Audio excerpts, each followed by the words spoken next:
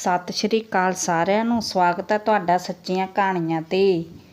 ਗੱਡੀ ਤੁਰਨ ਦੀ ਉਡੀਕ ਵਿੱਚ ਉਹ ਪਲੇਟਫਾਰਮ ਉੱਤੇ ਇੱਧਰ ਉੱਧਰ ਫਿਰ ਰਿਹਾ ਸੀ, ਜਿਵੇਂ ਕਿਸੇ ਦੀ ਭਾਲ ਕਰ ਰਿਹਾ ਹੋਵੇ।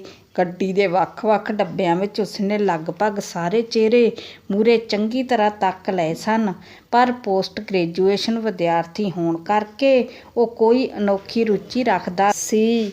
ਫਿਰ ਉਸਦੀਆਂ ਅੱਖਾਂ ਅੰਦਰ ਆਉਣ ਵਾਲੇ ਦਰਵਾਜ਼ੇ ਵੱਲ ਗਈਆਂ ਤਾਂ ਜੋ ਉਹ ਪਲੇਟਫਾਰਮ ਉੱਤੇ ਆਉਣ ਵਾਲੇ ਬੰਦਿਆਂ ਨੂੰ ਦੇਖ ਸਕੇ।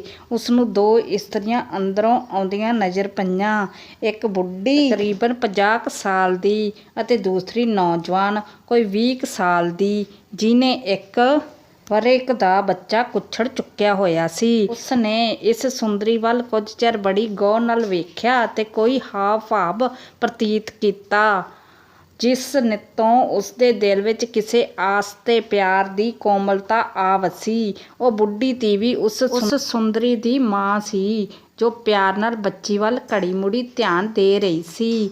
ਇਹਨਾਂ ਨਾਲ ਕੋਈ ਨਹੀਂ ਸੀ। ਉਸਦੀਆਂ ਅੱਖਾਂ ਉਹਨਾਂ ਦੀ ਪੈੜ ਉੱਤੇ ਸਨ ਅਤੇ ਜਦੋਂ ਉਹ ਦੋਵੇਂ ਇੱਕ ਡੱਬੇ ਵਿੱਚ ਜਾ ਬੈਠੀਆਂ, ਉਹ ਵੀ ਉੱਧਰ ਚਲਾ ਗਿਆ। ਉਹ ਉਹਨਾਂ ਦੀ ਬਾਰੀ ਅੱਗੋਂ 3-4 ਵਾਰੀ ਲੰਘਿਆ ਅਤੇ ਮੁਟਿਆਰ ਦੀਆਂ ਨਜ਼ਰਾਂ ਨੂੰ ਖਿੱਚ ਪਾਉਣ ਵਿੱਚ ਕਾਮਯਾਬ ਹੋ ਗਿਆ। ਉਹ ਉਸ ਡੱਬੇ ਵਿੱਚ ਚੜ੍ਹ ਗਿਆ ਤੇ ਉਸ ਮੁਟਿਆਰ ਵੱਲ ਮੂੰਹ ਕਰਕੇ ਨਾਲ ਵਾਲੀ ਬੁੱਢੀ ਕੋਲ ਇੱਕ ਪਾਸੇ ਜਾ ਬੈਠਾ। ਕੁਝ ਚਿਰ ਤਾਂ ਉਹ ਇਸੇ ਤਰ੍ਹਾਂ ਚੁੱਪ-ਚਾਪ ਬੈਠਾ ਰਿਹਾ, ਜਿਸ ਤਰ੍ਹਾਂ ਉਹਦੇ ਦਿਲ ਵਿੱਚ ਕੋਈ ਗੱਲ ਹੀ ਨਹੀਂ ਹੁੰਦੀ। ਉਸਨੇ ਬੜੀ ਹੀ ਇਹਤਿਆਤ ਨਾਲ ਆਪਣੇ ਆਪ ਨੂੰ ਹੋਰ ਮੁਸਾਫਰਾਂ ਵਿੱਚ ਇੱਕ ਭੋਲਾ-ਭਾਲਾ ਜਿਹਾ ਪ੍ਰਗਟ ਕੀਤਾ। ਉਸ ਮੁਟਿਆਰ ਦੇ ਚਿੱਟੇ ਅਰ ਸਾਦੇ ਕੱਪੜੇ ਪਾਏ ਹੋਏ ਸਨ, ਜੋ ਉਸਦੇ ਗੋਰੇ ਸਰੀਰ ਨਾਲ ਸੋਹਣੇ ਫੱਬੇ ਹੋਏ ਸਨ, ਪਰ ਤਦ ਵੀ ਉਹ ਆਪਣੇ ਆਪ ਵਿੱਚ ਕੁਝ ਸ਼ਰਮ ਜਿਹੀ ਪ੍ਰਤੀਤ ਕਰ ਰਿਹਾ ਸੀ। ਨੌਜਵਾਨ ਨੇ ਉਸ ਵੱਲ ਇੱਕ ਤਰਸ ਭਰੀ ਨਜ਼ਰ ਨਾਲ ਦੇਖਿਆ ਅਤੇ ਝੱਟ ਹੀ ਉਹ ਇਹ ਖਿਆਲ ਕਰਕੇ ਫੁੱਲਿਆ ਕਿ ਉਹ ਉਸ ਨਾਲ ਅਜਿਹਾ ਹਮਦਰਦੀ ਜ਼ਾਹਿਰ ਕਰ ਰਿਹਾ ਸੀ ਜਿਸ ਦੀ ਉਹ ਲੋੜਵੰਦ ਸੀ। ਉਸਨੇ ਸਮਝ ਲਿਆ ਸੀ ਕਿ ਉਹ ਬੁੱਢੀ ਸਿੱਧੀ ਸਾਦੀ, ਰਹਿਮ ਦਿਲ ਅਰ ਗਲਾਲੜ ਸੀ। ਭੈਣ ਜੀ, ਤੁਸੀਂ ਕਿੱਥੇ ਜਾਣਾ ਹੈ? ਇੱਕ ਅੱਧ-ਧੜ ਉਮਰ ਦੀ ਤੀਵੀਂ, ਜੋ ਇਸ ਡੱਬੇ ਵਿੱਚ ਹੁਣੇ ਵੜੀ ਸੀ ਅਤੇ ਬੁੱਢੀ ਤੀਵੀਂ ਦੇ ਪਰਲੇ ਪਾਸੇ ਆ ਬੈਠੀ ਸੀ, ਉਸਨੂੰ ਪੁੱਛਣ ਲੱਗੀ। ਅਸੀਂ ਅਟਾਰੀ ਚੱਲੇ ਹਾਂ, ਉਸ ਬੁੱਢੀ ਤੀਵੀਂ ਨੇ ਉੱਤਰ ਦਿੱਤਾ। ਇਸ ਤੋਂ ਪਿੱਛੋਂ ਆਪਸ ਵਿੱਚ ਗੱਲਾਂ ਛਿੜ ਪਈਆਂ, ਪਰ ਉਹ ਮੁਟਿਆਰ ਚੁੱਪ ਕਰਕੇ ਬੈਠੀ ਰਹੀ। ਉਹ ਉਸ ਵੱਲ ਤੱਕਦਾ ਰਿਹਾ, ਕਦੀ-ਕਦੀ ਉਸਦੇ ਝੇਵੇਂ ਵੱਲ ਜਾਂ ਬਾਹਰ ਵੱਲ ਤੱਕ ਲੈਂਦਾ ਤਾਂ ਜੋ ਦੂਸਰੇ ਸਿਰ ਨਾ ਹੋ ਜਾਣ। ਉਸਨੂੰ ਯਕੀਨ ਸੀ ਕਿ ਉਸਨੇ ਮੁਟਿਆਰ ਦਾ ਦਿਲ ਜਿੱਤ ਲਿਆ ਹੈ। ਉਸਨੇ ਅਨੁਮਾਨ ਲਾਇਆ ਕਿ ਇਸ ਦਾ ਵਿਆਹੁਤਾ ਜੀਵਨ ਬੜਾ ਦੁਖਦਾਈ ਹੋਵੇਗਾ ਜਾਂ ਇਹ ਹੁਣੇ ਜਿਹੇ ਹੀ ਵਿਧਵਾ ਹੋਈ ਹੋਵੇਗੀ। ਫਿਰ ਕਦੀ-ਕਦੀ ਮਹਿਸੂਸ ਕਰਦਾ ਕਿ ਇਹ ਖਿਆਲ ਠੀਕ ਨਹੀਂ, ਭਾਵੇਂ ਉਹ ਬੜੀ ਹੀ ਸ਼ਰਮੀਲੀ ਸੀ। ਉਸਨੇ ਅਨੁਮਾਨ ਲਾ ਲਿਆ ਸੀ ਕਿ ਬੱਚਾ ਹੀ ਉਸਦੇ ਜੀਵਨ ਦਾ ਇੱਕ ਆਸਰਾ ਸੀ। ਉਹ ਤਾੜ ਗਿਆ ਕਿ ਆਪਣੀ ਸ਼ਰਾਫਤ ਕਰਕੇ ਹੀ ਉਹ ਆਪਣੇ ਦਿਲ ਦੇ ਭਾਵ ਕਿਸੇ ਤਰ੍ਹਾਂ ਪ੍ਰਗਟ ਨਹੀਂ ਕਰ ਰਹੀ ਸੀ, ਨਾ ਹੀ ਬੱਚੇ ਨਾਲ ਖੇਡ ਵਿੱਚ ਤੇ ਨਾ ਹੀ ਕਿਸੇ ਹੋਰ ਤਰ੍ਹਾਂ। ਗੱਡੀ ਤੁਰ ਪਈ। ਉਹਨਾਂ ਤੀਵੀਆਂ ਨੇ ਕੁਝ ਹੁਜਕੇ ਜਿਹੇ ਪ੍ਰਤੀਕ ਕੀਤੇ ਅਤੇ ਇੱਕ ਛਿਣ ਭਰ ਲਈ ਉਹਨਾਂ ਦੀ ਗੱਲਬਾਤ ਰੁਕ ਗਈ। ਬੁੱਢੀ ਤੀਵੀਂ ਨੇ ਬੱਚੇ ਨੂੰ ਆਪਣੇ ਕੁੱਛੜ ਲਿਆ, ਪਿਆਰ ਕੀਤਾ, ਥਾਪੜਿਆ ਤੇ ਉਸ ਨਾਲ ਬਾਲਾਂ ਵਾਲੀਆਂ ਗੱਲਾਂ ਕਰਨ ਲੱਗ ਪਈ। ਇਹ ਤੁਹਾਡੀ ਬੀਬੀ ਦਾ ਬਾਲ ਹੈ, ਮਾਤਾ ਜੀ? ਉਸਨੇ ਮੌਕਾ ਤਾੜ ਕੇ ਪੁੱਛਿਆ। ਹਾਂ ਪੁੱਤਰ, ਬੁੱਢੀ ਨੇ ਬੜੇ ਪਿਆਰ ਨਾਲ ਉੱਤਰ ਦਿੱਤਾ ਅਤੇ ਬਾਲ ਵੱਲ ਦੇਖਣ ਲੱਗ ਪਈ ਤੇ ਉਸਨੂੰ ਹਸਾਉਣ ਲਈ ਸੀਟੀ ਵਜਾਉਣ ਲੱਗੀ। ਬੱਚਾ ਮੁਸਕਰਾਇਆ। ਇਸ ਨੂੰ ਦੇਖੋ ਸੁੰਦਰੀ, ਇਸ ਦੀ ਮਾਂ ਵੀ ਰਤਕ ਮੁਸਕਰਾਈ। ਉਹ ਵੀ ਬਾਲ ਵੱਲ ਤੱਕ ਕੇ ਸੀਟੀ ਮਾਰਨ ਲੱਗਾ ਅਤੇ ਇਸ ਦੀ ਮਾਂ ਦੇ ਚਿਹਰੇ ਵੱਲ ਤੱਕਣ ਲੱਗਾ। ਬਾਲ ਦੀਆਂ ਮੁਸਕੜੀਆਂ ਆਸੇ ਵਿੱਚ ਬਦਲ ਗਈਆਂ, ਜਿਵੇਂ ਚਾਂਦੀ ਦੀਆਂ ਘੰਟੀਆਂ ਟੁਣਕਦੀਆਂ ਹਨ। ਇਹ ਦੇਖ ਕੇ ਬੱਚੇ ਦੀ ਮਾਂ ਬੁੱਲ੍ਹਾਂ ਵਿੱਚ ਸ਼ਰਮਾਕਲ ਜਿਹੀ ਮੁਸਕੜੀ ਆ ਗਈ, ਜਿਸ ਨੂੰ ਕੱਜਣ ਲਈ ਉਸਨੇ ਝੱਟ ਆਪਣਾ ਰੁਮਾਲ ਮੂੰਹ ਅੱਗੇ ਲੈ ਲਿਆ। ਨੌਜਵਾਨ ਨੇ ਬੱਚੇ ਵੱਲ ਆਪਣੀਆਂ ਬਾਹਾਂ ਪਸਾਰੀਆਂ। ਬੱਚੇ ਨੇ ਕੁੱਦ ਕੇ ਉਸ ਵੱਲ ਜਾਣ ਦੀ ਇੱਛਾ ਪ੍ਰਗਟ ਕੀਤੀ ਤੇ ਬੁੱਢੀ ਨੇ ਉਹ ਬੱਚਾ ਉਸਨੂੰ ਦੇ ਦਿੱਤਾ। ਬੱਚੇ ਦੇ ਨੌਜਵਾਨ ਦੇ ਕੁੱਛੜ ਜਾਣ ਤੇ ਬੱਚੇ ਦੀ ਮਾਂ ਤੇ ਦਿਲ ਉੱਤੇ ਇੱਕ ਖਾਸ ਅਸਰ ਕੀਤਾ। ਉਸਦਾ ਉਦਾਸ ਜਿਹਾ ਚਿਹਰਾ ਖਿੜ ਗਿਆ, ਜਿਵੇਂ ਮੀਂਹ ਪੈਣ ਨਾਲ ਮੁਰਝਾਏ ਹੋਏ ਪੱਤੇ ਮੁੜ ਕੇ ਹਰੇ ਭਰੇ ਹੋ ਜਾਂਦੇ ਹਨ। ਆਪਣੀ ਮਾਂ ਨਾਨੀ ਦੇ ਪਿਆਰ ਮਗਰੋਂ ਮਰਦਾਵੇ ਹੱਥਾਂ ਵਿੱਚ ਜਾ ਕੇ ਬੱਚੇ ਨੇ ਇੱਕ ਖਾਸ ਖੁਸ਼ੀ ਪ੍ਰਤੀਤ ਕੀਤੀ। ਉਸ ਮੁਟਿਆਰ ਦੇ ਦਿਲ ਵਿੱਚ ਇੱਕ ਨਵੀਂ ਜੀਵਨ ਰੋਹ ਆ ਗਈ।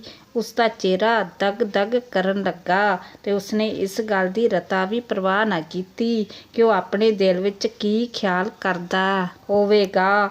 ਉਹ ਕਿਸੇ ਦੀ ਵੀ ਕੋਈ ਪਰਵਾਹ ਨਾ ਕਰਦੀ ਹੋਈ ਪ੍ਰਤੀਤ ਕਰਨ ਲੱਗੀ, ਜਿਵੇਂ ਉਹ ਸਾਰੇ ਘਰ ਦੇ ਇੱਕ ਕਮਰੇ ਵਿੱਚ ਬੈਠੇ ਹੁੰਦੇ ਹਨ। ਉਸਨੇ ਬੱਚੇ ਦਾ ਖੇਡਦਾ ਹੱਥ ਫੜ ਲਿਆ, ਜਿਸ ਨਾਲ ਦੋਵਾਂ ਦਿਲਾਂ ਵਿੱਚ ਇੱਕ ਜਿਹੀ ਤਾਰ ਖੜਕ ਗਈ, ਜਿਵੇਂ ਖਵੰਦ ਤੀਵੀਂ ਦੇ ਪਿਆਰ ਦੀ ਹੁੰਦੀ ਹੈ। ਪਰ ਫਿਰ ਝੱਟ ਹੀ ਛੱਡ ਦਿੱਤਾ, ਜਿਵੇਂ ਉਸਨੇ ਇਸ ਰਾਹੀਂ ਬਿਜਲੀ ਦਾ ਝਟਕਾ ਪ੍ਰਤੀਤ ਕੀਤਾ ਹੋਵੇ।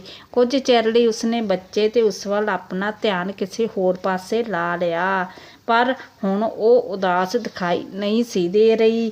ਮਾਤਾ ਜੀ, ਤੁਸੀਂ ਕਿੱਥੋਂ ਆਏ ਹੋ? ਨੌਜਵਾਨ ਨੇ ਬੁੱਢੀ ਕੋਲੋਂ ਪੁੱਛਿਆ ਅਤੇ ਉਹ ਬਾਲ ਉਸਨੂੰ ਦੇ ਦਿੱਤਾ ਤਾਂ ਜੋ ਕਿਸੇ ਤਰ੍ਹਾਂ ਦਾ ਸ਼ੱਕ ਨਾ ਕਰ ਲਵੇ। ਉਹ ਚਾਹੁੰਦਾ ਸੀ ਕਿ ਬੱਚੇ ਨਾਲ ਖੇਡਣ ਦੀ ਥਾਂ ਉਸ ਨਾਲ ਹੀ ਗੱਲਾਂ ਕਰੇ। ਚੀਚੀ ਵਤਨਾਂ ਤੋਂ ਕਾਕਾ, ਬੁੱਢੀ ਨੇ ਉੱਤਰ ਦਿੱਤਾ। ਉੱਥੇ ਸਾਡਾ ਘਰ ਹੈ, ਉਸਨੇ ਆਪੇ ਹੀ ਕਿਹਾ, ਅਤੇ ਅਸੀਂ ਅਟਾਰੀ ਚੱਲੇ ਹਾਂ। ਉੱਥੇ ਮੇਰੀ ਧੀ ਦੇ ਸਹੁਰੇ ਨੇ। ਇਹ ਵਿਧਵਾ ਹੈ। ਇਸਦੇ ਖਵੰਦ ਨੂੰ ਗੁਜ਼ਰਿਆਂ ਕੋਈ 8 ਕੁ ਮਹੀਨੇ ਹੋ ਗਏ ਨੇ। ਉਸਦਾ ਬੁੱਢਾ ਚਿੱਟਾ ਹੱਥ ਅੱਖਾਂ ਵਿੱਚੋਂ ਡਿੱਗਣ ਵਾਲੇ ਮੋਤੀ ਜਿਹੇ ਹੰਝੂ ਨੂੰ ਪੂੰਝਣ ਲਈ ਉੱਠਿਆ। ਨੌਜਵਾਨ ਦੇ ਦਿਲ ਨੂੰ ਸਦਮਾ ਲੱਗਾ, ਜਿਵੇਂ ਕਿਸੇ ਨੂੰ ਕਿਸੇ ਦੀ ਗੱਲ ਦਾ ਡਰ ਹੋਵੇ ਤੇ ਉਹ ਸੱਚ ਹੋ ਜਾਵੇ। ਪਰ ਉਹ ਘਬਰਾਇਆ ਨਹੀਂ। ਉਹ ਉਸ ਕੁੜੀ ਵੱਲ ਵੇਖਣ ਲੱਗਾ, ਜਿਸ ਨੇ ਇਹ ਗੱਲ ਛਿੜਦੇ ਹੀ ਆਪਣਾ ਮੂੰਹ ਪਰਲੇ ਪਾਸੇ ਫੇਰ ਲਿਆ ਸੀ।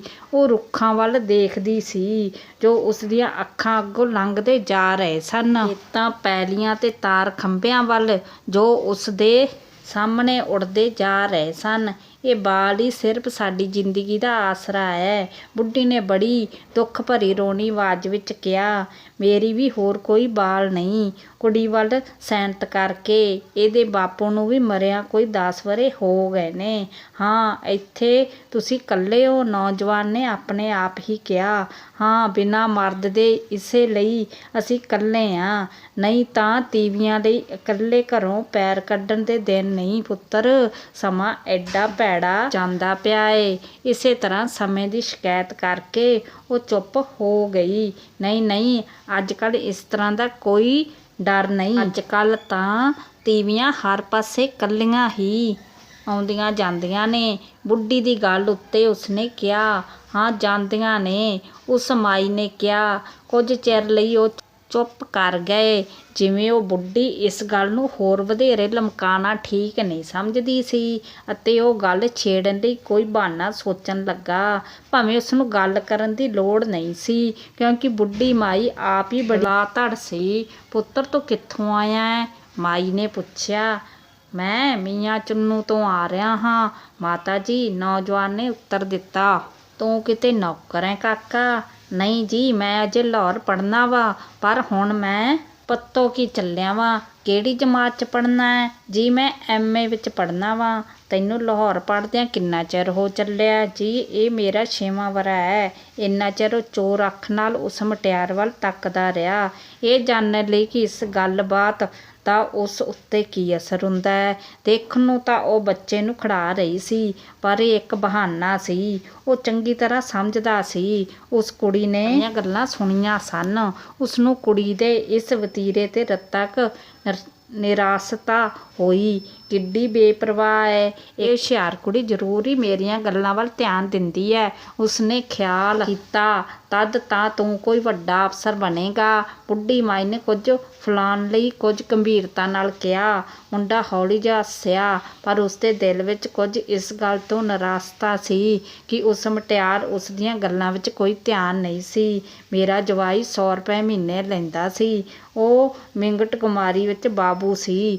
ਤੂੰ ਤਾਂ ਬਹੁਤੀ ਤਨਖਾਹ ਲਵੇਂਗਾ। ਮਾਤਾ ਜੀ ਇਹ ਤੁਹਾਨੂੰ ਕਿਵੇਂ ਪਤਾ ਹੈ? ਉਸਨੇ ਮੁਸਕਰਾਉਂਦੇ ਹੋਏ ਉਸ ਕੋਲੋਂ ਪੁੱਛਿਆ, ਜਿਵੇਂ ਕੋਈ ਸਿਆਣੇ ਜੋਤਿਸ਼ ਕੋਲ ਪੁੱਛ ਰਿਹਾ ਹੋਵੇ।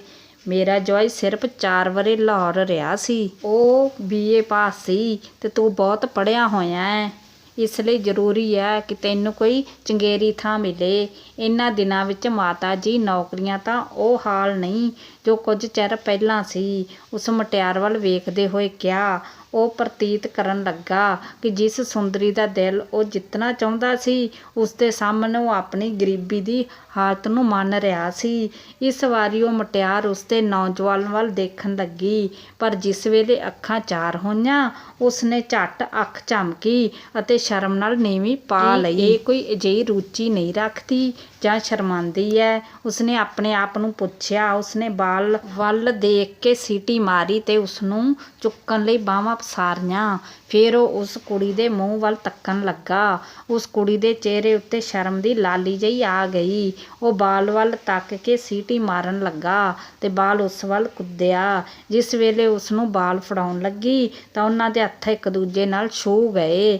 ਉਹ ਬਾਲ ਨੂੰ ਖੜਾ ਰਹੀ ਸੀ, ਪਰ ਉਹ ਆਪਣਾ ਧਿਆਨ ਉਸ ਮੁਟਿਆਰ ਵੱਲ ਮੋੜ ਨਹੀਂ ਸਕਦਾ ਸੀ। ਕੁੜੀ ਦੀ ਚੁੰਨੀ ਥੱਲੇ ਖਿਸਕ ਗਈ। ਉਹ ਉਸ ਵੱਲ ਦੇਖਦਾ ਰਿਹਾ, ਪਰ ਕੁੜੀ ਹੀ ਨਾ ਕਰ ਸਕੀ ਕਿ ਉਸ ਵੱਲ ਅੱਖ ਭਰ ਕੇ ਤੱਕੇ। ਹੌਲੀ ਹੌਲੀ ਹੋਈ ਤੇ ਇੱਕ ਸਟੇਸ਼ਨ ਤੇ ਜਾ ਖੜੀ। ਉਸ ਲਈ ਅਜੇ 1 ਘੰਟੇ ਦਾ ਸਫ਼ਰ ਬਾਕੀ ਸੀ। ਉਹ ਚਾਹੁੰਦਾ ਸੀ ਕਿ ਮੈਂ ਕਿਸੇ ਤਰ੍ਹਾਂ ਉਸ ਕੁੜੀ ਕੋਲ ਜਾ ਕੇ ਬੈਠਾਂ। ਗੱਡੀ ਖੜੀ ਹੋਣ ਨਾਲ ਉਸਨੂੰ ਮੌਕਾ ਮਿਲ ਗਿਆ। ਬਾਲ ਨੂੰ ਉਸਦੀ ਮਾਂ ਕੋਲ ਦੇ ਕੇ ਉਹ ਪਲੇਟਫਾਰਮ ਉੱਤੇ ਉਤਰ ਗਿਆ। ਬੁੱਢੀ ਮਾਈ ਜੋ ਕੁਝ ਥਕੇਵੇਂ ਪ੍ਰਤੀਤ ਕਰ ਰਹੀ ਸੀ, ਆਪਣੇ ਨਾਲ ਦੀ ਥਾਂ ਵਿਹਲੀ ਦੇਖ ਲੰਬੀ ਪੈ ਗਈ। ਜਦੋਂ ਗੱਡੀ ਤੁਰ ਪਈ, ਉਹ ਫਿਰ ਉਸੇ ਡੱਬੇ ਵਿੱਚ ਆ ਗਿਆ ਤੇ ਆਪਣੀ ਥਾਂ ਉੱਤੇ ਮਾਈ ਨੂੰ ਲੇਟੀ ਦੇਖ ਉਸ ਕੁੜੀ ਕੋਲ ਜਾ ਬੈਠਾ। ਪਹਿਲਾਂ ਤਾਂ ਉਹ ਕੁੜੀ ਝਿਜਕੀ, ਪਰ ਫਿਰ ਉਸਨੇ ਕੋਈ ਪਰਵਾਹ ਨਾ ਕੀਤੀ। ਉਸ ਡੱਬੇ ਵਿੱਚ ਬਹੁਤੀ ਭੀੜ ਨਹੀਂ ਸੀ ਤੇ ਖਾਸ ਕਰਕੇ ਉਹਨਾਂ ਦੇ ਕੋਲ ਹੋਰ ਕੋਈ ਨਹੀਂ ਸੀ। ਦੂਜੀ ਅੱਧ-ਧੜ ਟੀਵੀ ਵੀ ਲੇਟੀ ਹੋਈ ਸੀ। ਉਹ ਚਾਹੁੰਦੀ ਸੀ ਕਿ ਬੱਚੇ ਨੂੰ ਚੁੱਕ ਕੇ ਖੜਾਵੇ, ਪਰ ਬੱਚੇ ਨੂੰ ਨੀਂਦ ਆਈ ਹੋਈ ਸੀ। ਉਸ ਕੁੜੀ ਨੇ ਸ਼ਾਲ ਦੀ ਬੁੱਕਲ ਮਾਰੀ ਤੇ ਬਾਲ ਨੂੰ ਸਵਾਉਣ ਲਈ ਉਸਨੂੰ ਦੁੱਧ ਦੇਣ ਲੱਗ ਪਈ। ਮੁੰਡੇ ਨੇ ਹੌਸਲਾ ਕਰਕੇ ਹੱਥ ਫੜ ਲਿਆ। ਪਹਿਲਾਂ ਤਾਂ ਬਹੁਤ ਡਰੀ, ਪਰ ਫਿਰ ਜਾਣੋ ਕੁਝ ਹੌਸਲਾ ਕਰ ਲਿਆ ਤੇ ਹੱਥ ਛੁਡਾਉਣ ਦੀ ਕੋਈ ਕੋਸ਼ਿਸ਼ ਨਾ ਕੀਤੀ। ਸੱਚ ਤਾਂ ਇਹ ਹੈ ਕਿ ਉਹ ਸੁੰਦਰੀ ਉਸ ਵੇਲੇ ਸਭ ਕੁਝ ਭੁੱਲ ਚੁੱਕੀ ਸੀ। ਜਿਸ ਵੇਲੇ ਉਸਦਾ ਬਾਲ ਉਸਦੀ ਗੋਦੀ ਵਿੱਚ ਪਿਆ ਦੁੱਧ ਚੁੰਘ ਰਿਹਾ ਸੀ ਤੇ ਉਸਦਾ ਪ੍ਰੇਮੀ ਹੱਥ ਫੜੀ ਬੈਠਾ ਸੀ। ਨੌਜਵਾਨ ਦੇ ਉਤਰਨ ਦੀ ਥਾਂ ਨੇੜੇ ਆ ਰਹੀ ਸੀ, ਪਰ ਦੋਵਾਂ ਦੇ ਮੂੰਹ 'ਚੋਂ ਕੋਈ ਗੱਲ ਨਹੀਂ ਨਿਕਲਦੀ ਸੀ। ਉਹ ਚੁੱਪ-ਚਾਪ ਇਸ ਓਪਰੀ ਜਿਹੇ ਸ਼ੋਅ ਦਾ ਆਨੰਦ ਮਾਣ ਰਹੇ ਸਨ ਕਿ ਉੜਕ ਉਹਨਾਂ ਦੇ ਵਿਛੜਨ ਦਾ ਸਮਾਂ ਆ ਗਿਆ। ਗੱਡੀ ਪੱਤੋਕੀ ਦੇ ਸਟੇਸ਼ਨ 'ਤੇ ਖੜੀ ਹੋਈ। ਉਹ ਆਪਣੀ ਥਾਂ ਤੋਂ ਉੱਠਿਆ ਤੇ ਬੜੀ ਹੀ ਨਿਰਾਸਤਾ ਤੇ ਤਰਸ ਭਰੀ ਨਜ਼ਰ ਨਾਲ ਉਸ ਮੁਟਿਆਰ ਵੱਲ ਦੇਖਦਾ ਡੱਬੇ ਤੋਂ ਬਾਹਰ ਚਲਾ ਗਿਆ। ਉਸ ਮੁਟਿਆਰ ਹੁਣ ਆਪਣੇ ਆਪ ਨੂੰ ਬੇਆਸਰਾ ਤੇ ਇਕੱਲੀ ਜਿਹੀ ਪ੍ਰਤੀਤ ਕਰਨ ਲੱਗੀ। ਉਹ ਜੋ ਕੁਝ ਚਿਰ ਪਹਿਲਾਂ ਇਸ ਤਰ੍ਹਾਂ ਸੁਹਾਗ ਦਾ ਮਿੱਠਾ ਜਿਹਾ ਮਹਿਸੂਸ ਆਨੰਦ ਮਾਣ ਰਹੀ ਸੀ, ਆਪਣੇ ਆਪ ਨੂੰ ਮੁੜ ਵਿਧਵਾ ਪ੍ਰਤੀਤ ਕਰਨ ਲੱਗੀ। ਜੇ ਤੁਹਾਨੂੰ ਸਾਡੀ ਕਹਾਣੀ ਚੰਗੀ ਲੱਗੀ, ਲਾਈਕ ਕਰੋ, ਸ਼ੇਅਰ ਕਰੋ, ਚੈਨਲ ਨੂੰ ਸਬਸਕ੍ਰਾਈਬ ਕਰੋ।